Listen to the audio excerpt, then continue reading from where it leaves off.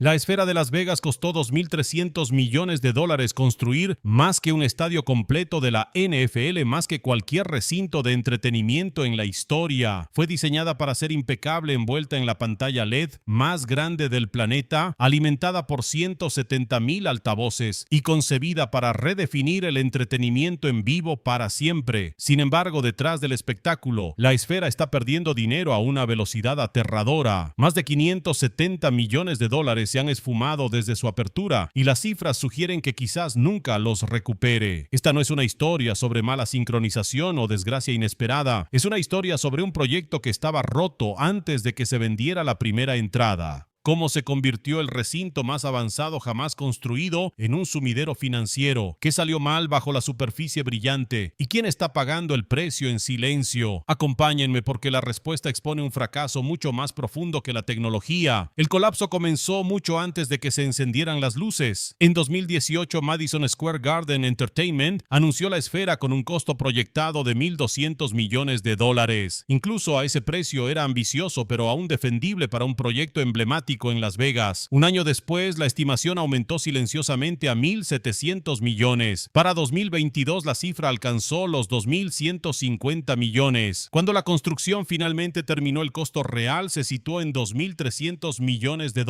un sobrecosto del 91%. Eso no es un accidente. No se calcula mal, $1.000 millones extra por error. La gerencia culpó a las interrupciones de la cadena de suministro y la inflación. Ciertamente hubo tensión en la construcción mundial, pero esa explicación se derrumba bajo escrutinio. Para principios de 2020, esos riesgos ya eran visibles. Cualquier desarrollador competente habría pausado, reproyectado y construido amortiguadores de contingencia masivos. En cambio, MSG eligió seguir construyendo a toda velocidad, vertiendo dinero en el proyecto mientras los costos se salían de control. Para mantener viva la Esfera, comenzaron a drenar sus negocios rentables. Los ingresos de Town Nightclub, Madison Square Garden y Radio City Music Hall se redirigieron para alimentar una estructura que ya consumía mucho más de lo planeado. El verdadero fracaso no fue la presión externa, sino el error de juicio interno. La Esfera nunca fue un edificio convencional. Con 355 pies de altura, envuelta en 580,000 pies cuadrados de paneles LED personalizados, requería componentes que no existían listos para usar. Cada panel tuvo que ser diseñado y fabricado específicamente para esta estructura. Los 170,000 altavoces ultradireccionales exigían una instalación especializada diferente a cualquier cosa usada en recintos tradicionales, y debido a que todo el edificio es esférico, las técnicas de construcción estándar simplemente no aplicaban. AECOM, una de las firmas de ingeniería más experimentadas del mundo, fue contratada para el proyecto. Ellos eran plenamente capaces de entregar proyecciones de costos precisas, pero MSG avanzó basándose en diseños esquemáticos, no en planes de ingeniería finalizados. Los costos reales se descubrieron solo después de que la construcción ya estaba en marcha. Eso no fue un fracaso de ingeniería, fue una decisión gerencial de construir primero y calcular después. Desde ese momento, la Esfera dejó de ser una inversión audaz, se convirtió en una obligación financiera sin salida.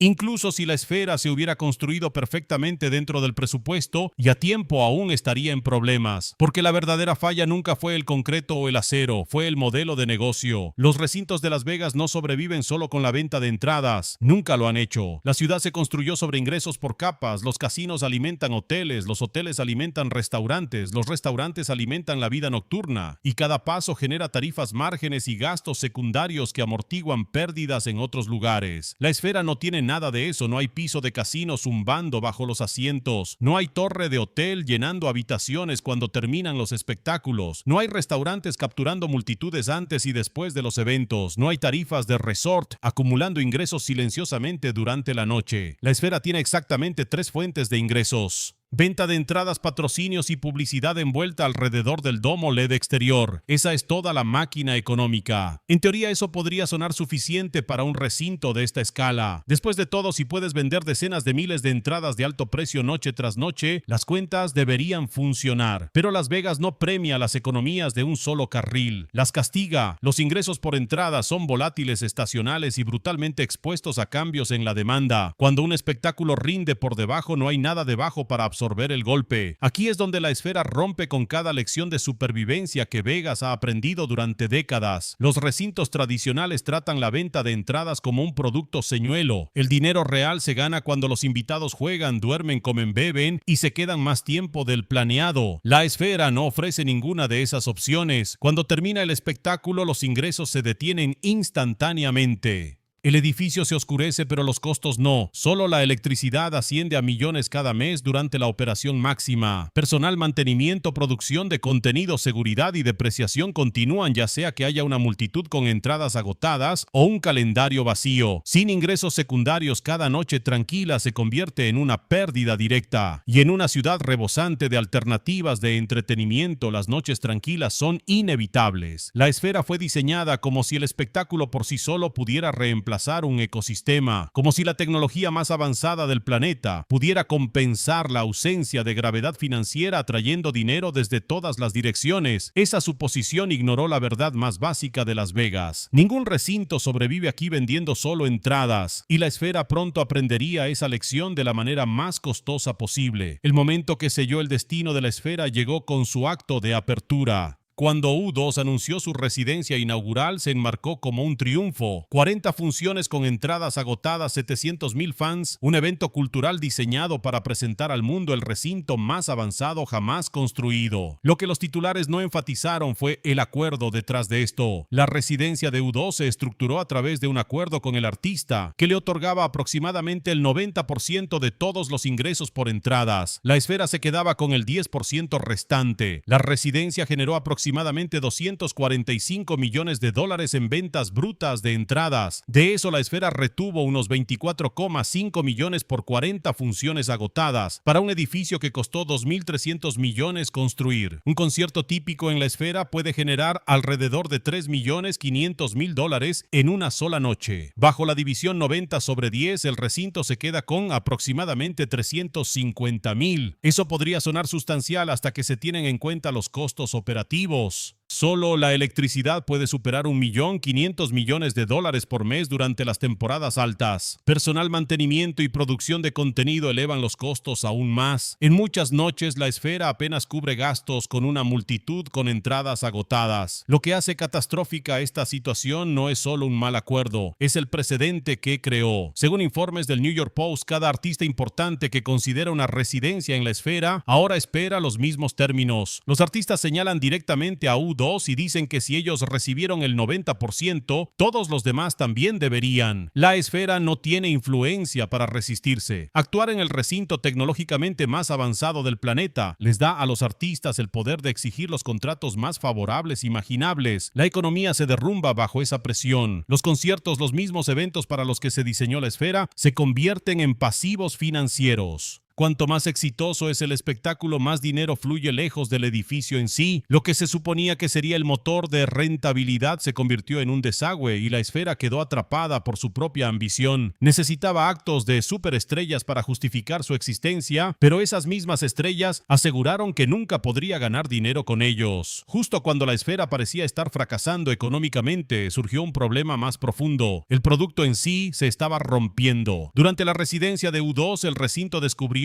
que aproximadamente 800 asientos premium en cada función tenían vistas obstruidas. Estos no eran asientos con descuento escondidos en rincones. Eran las filas 24 a 37 de la sección 100 asientos de nivel inferior comercializados como premium. Los precios oscilaban entre 2.600 y más de 4.000 dólares por entrada. Los clientes pagaron por la promesa de inmersión total, una experiencia visual de 360 grados como ninguna en la Tierra. En cambio, muchos llegaron para descubrir que la enorme pantalla LED, la razón misma por la que existe la esfera, estaba parcial o totalmente bloqueada por el voladizo de la sección 200 sobre ellos. La esfera había vendido estos asientos sin revelar la obstrucción. Esa decisión desencadenó una reacción inmediata. Se amenazó con múltiples demandas colectivas. La gerencia respondió ofreciendo reembolsos o reubicaciones de asientos, admitiendo efectivamente que el producto central no se había entregado como se anunciaba. Esto no fue una una inconveniencia menor, fue una falla fundamental del producto. Toda la propuesta de valor de la esfera descansa en el contenido visual inmersivo. Quita eso y el edificio se convierte en una sala de conciertos cara con asientos empinados y comodidad limitada. Y para algunos invitados incluso la experiencia completa era demasiado. Los ángulos extremos de asientos necesarios para llenar un interior esférico causaban vértigo y mareo por movimiento.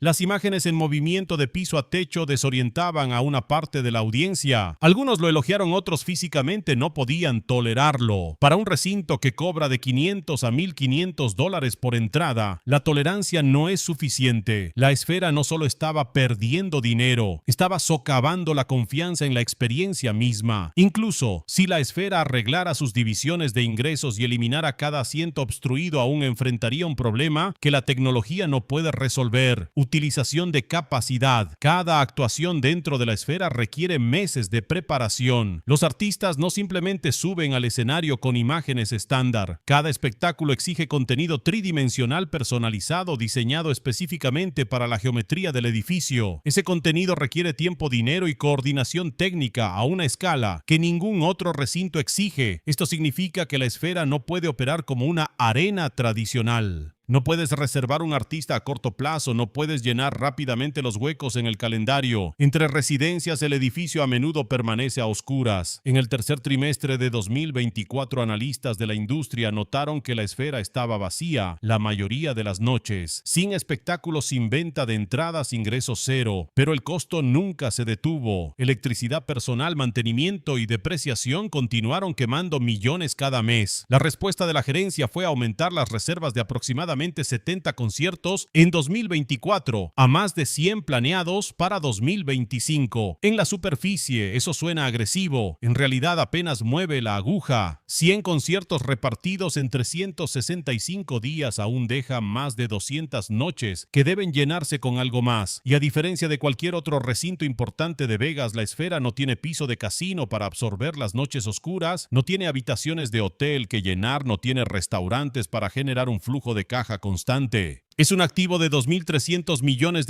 que no ganan nada cuando las luces están apagadas. Las Vegas siempre ha entendido esta regla. No puedes sobrevivir solo con la venta de entradas en una ciudad con alternativas de entretenimiento infinitas. La esfera ignoró esa regla y ahora está pagando por cada noche silenciosa. Si sigues los informes de ganancias de Sphere Entertainment, podrías pensar que la situación está mejorando. La gerencia ha destacado repetidamente lo que llaman ingreso operativo ajustado. En 2025 reportaron su primer beneficio ajustado de 13,1 millones. Para el segundo trimestre esa cifra creció a 24 millones, 9 millones. En la superficie parece un cambio, prueba de que la hemorragia se está desacelerando. Pero esos no son los números que importan. Cuando miras los resultados operativos GAAP, aparece una imagen muy diferente. En el primer trimestre de 2025, la esfera registró una pérdida operativa de $93,8 millones.